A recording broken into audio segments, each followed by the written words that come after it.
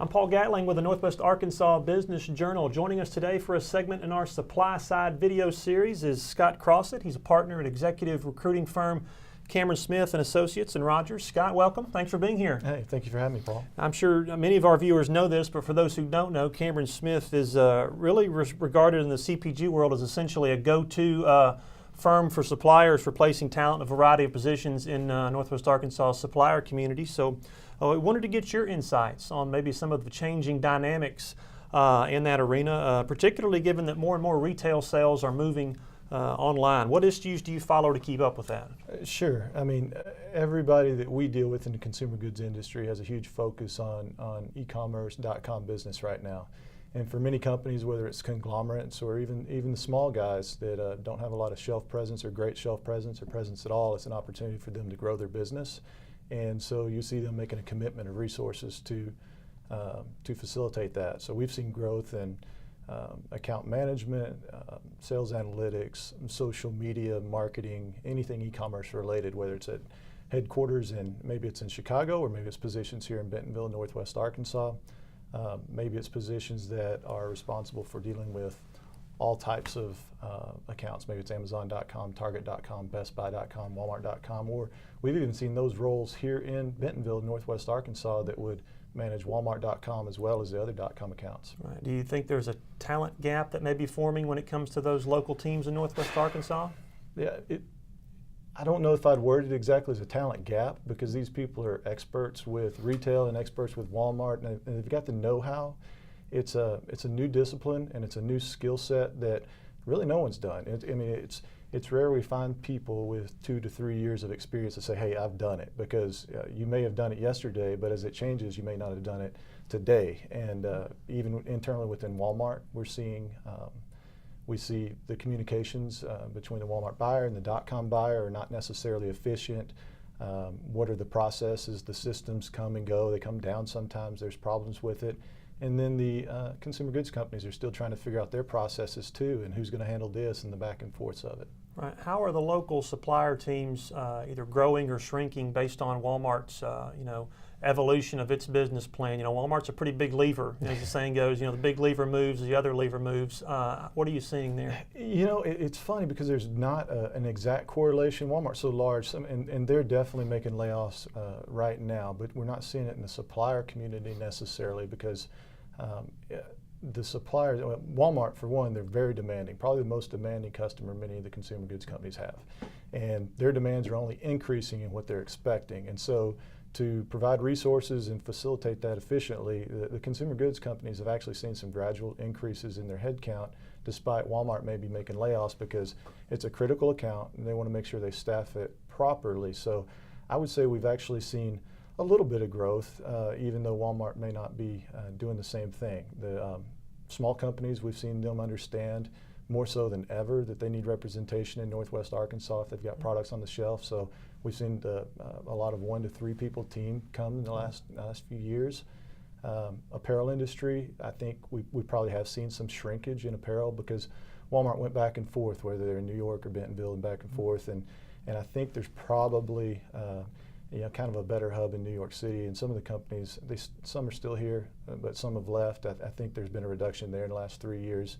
And then there's been a lot of mergers and acquisitions. And anytime you see that, whether it's Newell Brands with Jarden or 10 other companies that are very similar to that, I think you're going to see headcount reductions. So there has been some reductions that I think were absorbed into the market through the supplier community, but in general, we've seen some gradual increase. Right. You mentioned the representation, and that could be the one guy working at home up to Procter & Gamble and anything in between in Northwest Arkansas. Let's talk numbers. How many vendor teams are there in Northwest Arkansas? We've all heard numbers. We're not really sure what to drill down, but what's the number that you think it is, and what's the growth trajectory you think in the next 3 to 5 years? Sure, great question. We try to do org charts as recruiters and keep up with this type of stuff, but admittedly we have a lot of holes in our data. So I heard a Walmart senior executive a couple months ago, he mentioned, I think, 1,400 supplier teams in Northwest Arkansas. I think that aligns somewhat similar to where I would probably guess somewhere 1,300 to 1,400. He didn't define exactly how that's made up or what a supplier is. So there's a lot of third-party companies that that are resources to the suppliers or to Walmart and kind of go-betweens. I would suspect there's probably 200 to 300 of those, whether it's in packaging or marketing or what. So 13 to 1400 pure suppliers with products on the shelf, I think, and then probably another 200 to 300 third-party suppliers is what our guess would be, to put it somewhere around 1,600. Right, and how is that number affected because of layoffs in the retail industry? I mean, you see bankruptcies, you see store closings. Some chains are going through bankruptcy. What does, especially this year, what does that affect on the head count locally here and elsewhere? Yeah. So first, I would say that Walmart is very healthy, in my opinion, and I think that the layoffs that they have made have been proactive and just trying to stay at the top of the game and be very competitive with the Amazon. And so I think those have been healthy types of layoffs. But the layoffs at like a Target and a Best Buy and then a Sears is a drastic example, I think are unhealthy type of layoffs. They're short term, there's problems with their business and they're making layoffs. So in general, because so many of the retailers are struggling, I think the consumer goods industry is struggling on a national level, on a macro level. So micro level, looking at Walmart suppliers and the consumer goods industry, I think we'd be naive to think that it hasn't been affected a little bit. We've seen drastic problems with the Minneapolis market. The Chicago market's okay. Bentonville, it's pretty stable, but I do think that it would be a healthier consumer goods industry if the other retailers were healthy, because you've got Amazon and Walmart, who are the biggest accounts, who are squeezing the margins the hardest, and therefore the consumer goods industries aren't that great. Now, they would benefit if they had a little bit better margins, and we're doing a little bit better, at a Target, or there was some different competitions between the retailers. Right. Okay. Well, let's go to that chess match between Amazon and Walmart. And the big news a couple of weeks ago, Walmart announced they were going to build a new headquarters campus in Bentonville. One of the reasons that they gave was to recruit and retain young talent in the future going forward. And I'm going to assume that they've been doing a good job of that in the past already, or they wouldn't be where they are today. But what level is that going to take it to have this first-rate, world-class campus they can build from the ground up, from scratch? What's that going to do to the types of people they'll be able to bring to Northwest Arkansas? Yeah, I mean, without a doubt, it's going to be a game changer for their talent and especially retention. Northwest Arkansas is beautiful. We know it. A lot of people in the national market don't. They're recruiting on a national level, and to have a showcase headquarters that they can compete with some of the people that they're trying to compete and attract talent from, it's going to be critical. Talent's king. You can take talent and win a lot of business with the good talent. So I think it's good. I actually think that they're going to get away from their cost-conscious reputation and probably go out and spend to bring in the best technologies and capabilities and amenities, and understand that the talent will pay for itself in doing so. And we're talking 7 to 10 years out. Mm-hmm. So the other thing I think that Mr. McMillan is probably going to plan, and I would if I were building a headquarters of this nature, is you've got to be planning for success. And in doing so, I think they're going to bring back their .com business, the .com buyers. It wouldn't surprise me at all if that were not going to be headquartered in Bentonville 10, 20 years from now. And so I think they need a headquarters that can attract that type of talent that's out in Silicon Valley right now. Right. And what do the vendors say? You deal with supplier executives most all day, every day. What was their reaction to this announcement? These are the people who spend the most of their time at the home office or any of the other 20 corporate headquarters or corporate spots Walmart has throughout the county, and driving there and fighting traffic and going from point A to point B. I'm sure they'd love a central campus tomorrow if they can get it. What's been their response? Yeah, I mean, there's no downside if you're a supplier to it. It's anybody traveling interstate is going to be at least 10 minutes closer. The buildings will be closer together. I don't think that's a big deal. It probably won't affect the suppliers too much, in all honesty, but I think that any way you can look at it, it's going to be positives. Maybe they'll get better cell phone reception. Maybe the parking will be better. Who knows? Right. But I think it's a win-win for everybody involved in the community. All right, that's good stuff. As always with Scott Crossett. Before we'll let you go, I want to get in one of my favorite Business Journal trivia questions of the past few years. Who's the only member of the Business Journal 40 under 40 alumni class to lead the Razorbacks in batting average? This guy right here, Scott Crossett. 356, I think it was, in 2000 for Norm DeBrien's Hogs, and a 40 under 40 honoree for our publication in 2015. I'm sure both of those things are right at the top of your resume, right? I don't have a resume. That's good. That's the one. Spoken like but a everybody recruiter. out there should.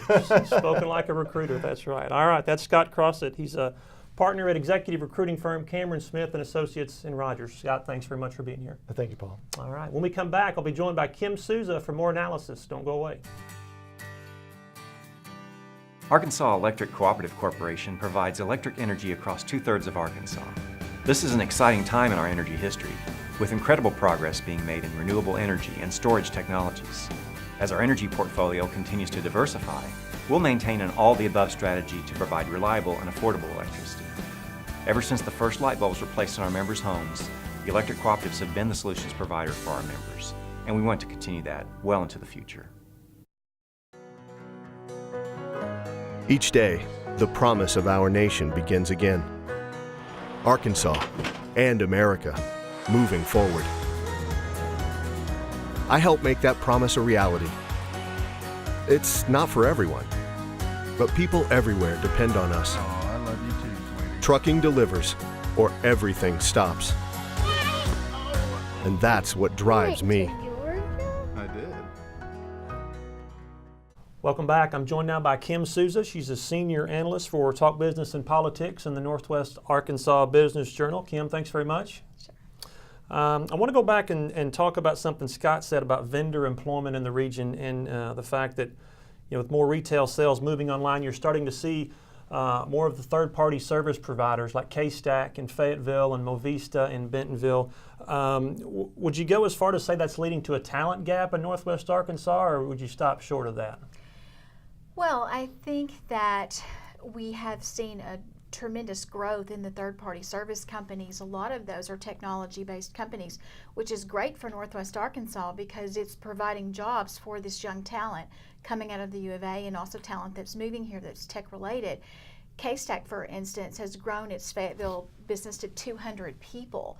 A lot of what they do is service suppliers, consolidation for small suppliers, but they recently stood up a tech division where they are writing programs and whatnot for suppliers to track their own stuff. So we have that example. We have Movista, which has hired 40 some odd tech developers for their business. We've seen Atlas Technology grow out of its office space 3 times. They serve Walmart and the Walmart supplier community. We've seen RevUnit also outgrow its office space. They serve the supplier community. A lot of the growth is tech related. I wouldn't say we have a tech gap. I say it's an opportunity for tech, the tech division here in Northwest Arkansas to grow. All right. I also want to get some thoughts from you, from people you've talked to in the vendor community about Walmart's home office announcement. You got some interesting insights for a story you wrote that's in the current issue of the Business Journal. What was the response that you heard? Well, it's interesting. By and large, suppliers are, in favor of this home office and this investment. One gut check response I heard early on was, oh, how are we going to help them pay for it? That was, kind of a joke, but not really. Walmart has instituted a lot of fines and fees that they charge suppliers that have been in the news a lot lately. But aside from that, I think suppliers really are excited for Walmart to do this. They spend a lot of time logistically going back and forth from location to location. It's not a great place to do business. It gets by. I think overall it's good for suppliers to see Walmart is investing in its home base. A lot of these CPG companies have invested here as well, putting teams here. It's good to see Walmart invest in themselves as well. Right. Been a lot of hot takes in Benton County about the Walmart home office announcement, even though, and it was something Scott also mentioned, and I've heard it mentioned from a real estate executive as well, the time frame might be more in the 7 to 10 year range as opposed to that 5 to 7 year range that Walmart put out with their announcement. It's going to be a while. It will be a while, and I don't know, Walmart kind of showed its hand early, I think, in response to Amazon's big announcement. I'm not sure Walmart was really ready to talk about it when they did. It's Walmart, and they'll do their thing on their own timeline, and we'll see. I think it'll be a good asset for Northwest Arkansas in general. All right, Kim Souza, good stuff as always. Thanks very much. All right, and thank you for watching. I'm Paul Gatling.